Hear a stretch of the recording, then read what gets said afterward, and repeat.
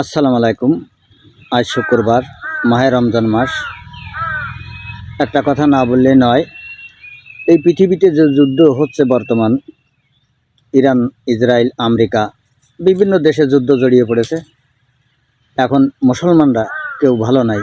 এই মাহে রমজান মাসে শয়তান আল্লাহ পাক রব্বুল আলামিন আটকে রাখে, কিন্তু এই রমজান মাসে সেইটা দেখতেছি যে খুবই তীব্র হয়ে ছড়িয়ে পড়েছে সব জায়গায়, এই পৃথিবীর সমস্ত দেশে।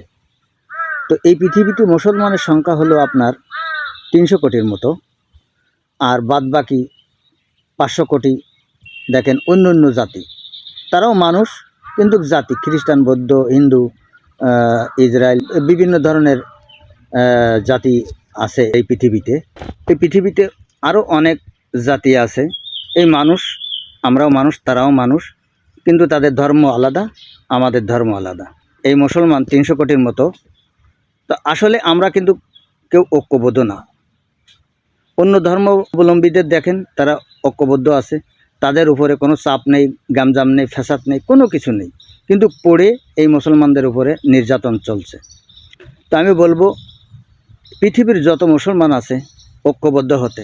তা না হলে দেখেন, এই কিছুদিন আগে এই আমেরিকার প্রেসিডেন্ট এই ভেনিজুয়েলার প্রেসিডেন্টকে তুলে নিয়ে গেল।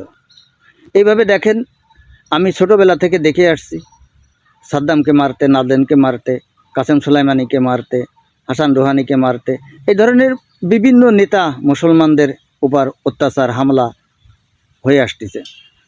তো আমি এই রমজান মাসে সবাইকে বলবো, পৃথিবীর যত মুসলমান আছে সব ঐক্যবদ্ধ হতে। আপনি ঐক্যবদ্ধ থাকেন, দেখেন এই পৃথিবীতে মুসলমানের মতো এত বড় একটা বড় গোষ্ঠী আর কোথাও কোনো জাতির ভিতরে নেই। খ্রিস্টান আছে, বৌদ্ধ আছে, হিন্দু আছে, মগ, চাকমা, বিভিন্ন ধরনের জাতি আছে, আরও শত শত জাতি, কিন্তু মুসলমানদের ভিতরে জাতি একটাই, মুসলমান। ইসলাম, কোরআনের যে আইন, সেই আইন এই মুসলমান মানে বা চলে।